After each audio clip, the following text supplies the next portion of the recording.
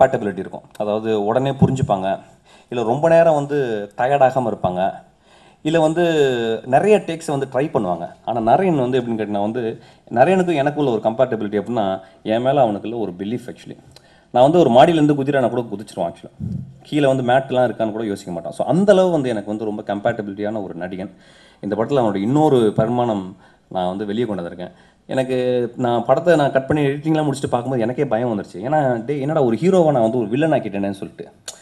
எப்பயுமே வந்து யூஸ்வலாக பார்த்தீங்கன்னா வில்லன் தான் ஹீரோ ஆவாங்க. சத்யராஜ்லேருந்து எல்லாருமே அப்படி தான் ஆனாங்க. நான் இதை அப்படியே மாற்றிருக்கேன். எனக்கு உடனே ஒரு கில்ட்டி ஆயிடுச்சு. அப்போ நான் அவனை கூப்பிட்டு நான் சொன்னேன், நான் ப்ராமிஸ் பண்ணியிருக்கேன், டே உனக்கு அஞ்சாதே மாதிரி இன்னொரு படம் நான் நிச்சயமாக பண்ணுவேன்டான்னு சொல்லியிருக்கேன். ஆக்சுவலாக ஸோ அதையும் நான் பிரேக் பண்ணணும். எனக்கு ரொம்ப ஹாப்பி இந்த படத்தில் வந்து அவனை வில்லன் நடிச்சது.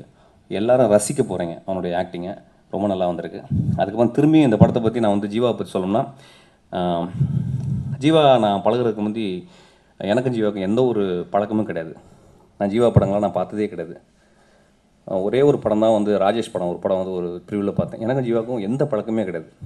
ஜீவா அந்த படத்தில் வந்து ஒர்க் பண்ண உடனே நான் சொன்னேன், 6 மாதம் நீங்கள் வந்து குங்ஃபு பண்ணணும்னு சொன்னேன். அவர் இல்லை சார், நான் 8 வருஷமாக பழகிருக்கேன் சார்னு சொன்னார். நான் படித்த சேகர் மாஸ்டர் தான் அவரும் பழகிருக்கேன். நானும் ஒரு 2 வருஷம் 3 வருஷம் குங்ஃபு பழகினேன்.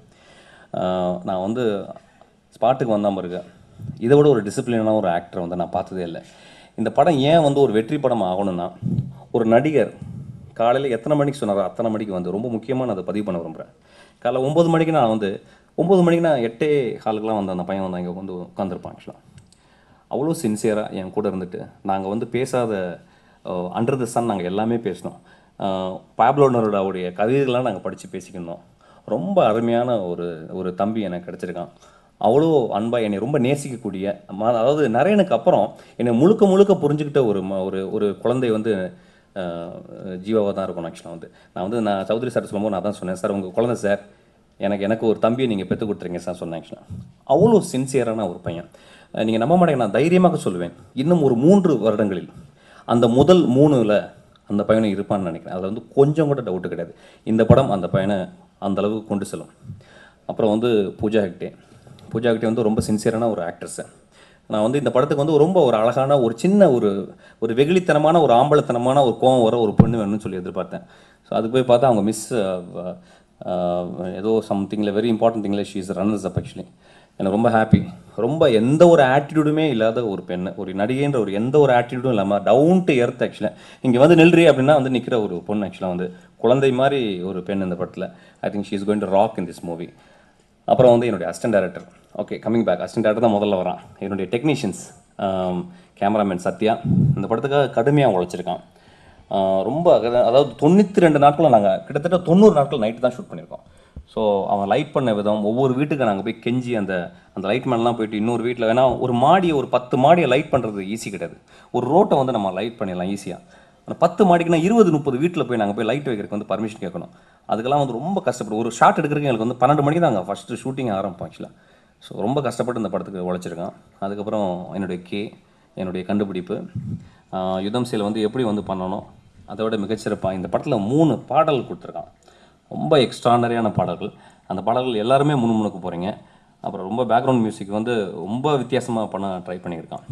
அதுக்கப்புறம் என்னோடய அசிஸ்டன்ட் டைரக்டர், என்னுடைய குழந்தைகள் எனக்காக அந்த படத்துக்கு அவ்வளோ உழைச்சி கொடுத்துருக்காங்க. அதுக்கப்புறம் முக்கியமான மனிதர், இந்த படத்துக்கு ரொம்ப முக்கியமான மனிதர் வந்து தனஞ்சயன் தான். இந்த கதையை வந்து அவர் வந்து தமிழில் நாங்கள் பண்ண போகிறோம்னு சொன்னோடனே நான் போய் எனக்கு ஒரு ஐடியா சொன்னேன், சார் இந்த மாதிரி ஒரு கதை சொன்னால் நல்லா இன்ட்ரெஸ்டிங்காக இருக்குது மிஷ்கின், உடனே எனக்கு வந்து ஸ்கிரிப்ட் கொடுங்க அப்படின்னாரு. நான் ஓடி போய்ட்டு அடித்து டக்குன்னு ஒரு மாதத்தில் ஸ்கிரிப்ட் கொடுத்தேன். He loved it. அதுக்கப்புறம் வந்து ரொனியோ யாருமே வரல, எல்லாமே தனஞ்சயன் தான் சொன்னார் இதை பண்ணுவோம் சார்னு சொல்லி ஒரு டீசெண்டான எனக்கு ஒரு பட்ஜெட் கொடுத்தாரு. ஆக்சுவலாக எனக்கு நல்லா தெரியும் வந்து ஒரு சூப்பர் ஹீரோ படம் பண்ணுறதுக்கு பெரிய பட்ஜெட் தேவை. பட் இருந்தாலும் அவர் என்ன பண்ணார், ரொம்ப கஷ்டப்பட்டு இல்லை மிஷ்கின் எனக்கு இதில் பண்ணுங்கள், நான் பார்ட் 2 பண்ணும்போது நான் பெருசாக அவங்களுக்கு பண்ணித்தரேன்னு சொன்னார். ஒரு டீசெண்டான பட்ஜெட் பண்ணியிருக்காரு. இதில் நிறைய எனக்கும் தனஞ்சயன்னா நிறையா நீங்கள் கேள்விப்பட்டிருங்க, ஏதோ சண்டையெல்லாம் வந்துச்சுன்னு. சண்டைனா வந்து ஒரு ஹஸ்பண்ட் அண்ட் ஒய்ஃபுக்கு வர சண்டை மாதிரி தான் ஒரு வீட்டுக்குள்ள. ஆக்சுவலாக ஏன்னா என்னையை வந்து நான் ஒரே பார்வையில் தான் பார்த்துக்கிருப்பேன், அது இன்னொரு பார்வையில் வந்து பார்ப்பார். சார் கொஞ்சம் அப்படி பண்ணி பார்த்தா எப்படி இருக்கும் சார் சொல்லுவார்.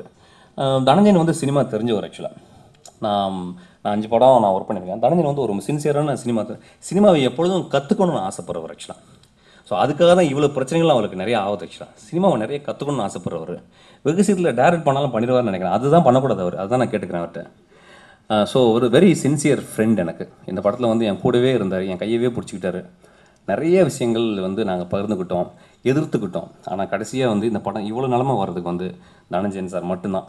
நாளைக்கு வந்து நான் வந்து 22ஆம் தேதி வந்து நான் வந்து ஸ்விஸ் போகிறேன் ஆக்சுவலாக பாட்டு ஷூட் பண்ணுறதுக்கு.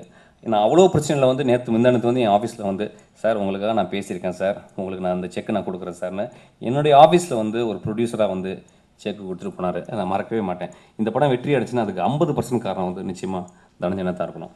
மிச்சப்படி இந்த படம் வந்து ரொம்ப சிம்பிளான படம். ஒரு அட்டம் பண்ணியிருக்கேன், ஒரு அட்டம். இந்த படத்தில் ஒரு கேரக்டரை நான் வந்து எஸ்டாப்ளிஷ் பண்ணியிருக்கேன். பார்ட் 2, பார்ட் 3, பார்ட் 4 நான் பண்ண போகிறேன். அடுத்த படம் நிச்சயமாக அந்த ஹோல் படம் வந்து ஒரு யூஎஸில் நடக்குது. ஒரு இந்தியன் கவர்மெண்ட்டே இந்த முகமூடியை கூப்பிட்டு எங்களுக்காக ஒரு சாகசம் நீ பண்ணித்தரணும், ஒரு அட்வென்ச்சர் பண்ணித்தரணும் அப்படின்ற மாதிரி ஒரு ஐடியா நான் திங்க் பண்ணியிருக்கேன். ஸோ அந்த படம் நிச்சயமாக ஒரு ஹாலிவுட் ஸ்டாண்டர்டுக்கு இருக்கும். அதுக்கேற்ற மாதிரி எனக்கு யூடிவி வந்து ஒரு பெரிய பட்ஜெட் கொடுப்பாங்கன்னு சந்தேகமே கிடையாது. இந்த படத்தை மக்கள்கிட்ட போய், இந்த சிம்பிளான படத்தை மக்கள்கிட்ட போய் சேர்க்கணும் அப்படின்னு உங்களை எல்லாம் கேட்டுக்கிறேன். ரொம்ப நன்றி. Thank you so much.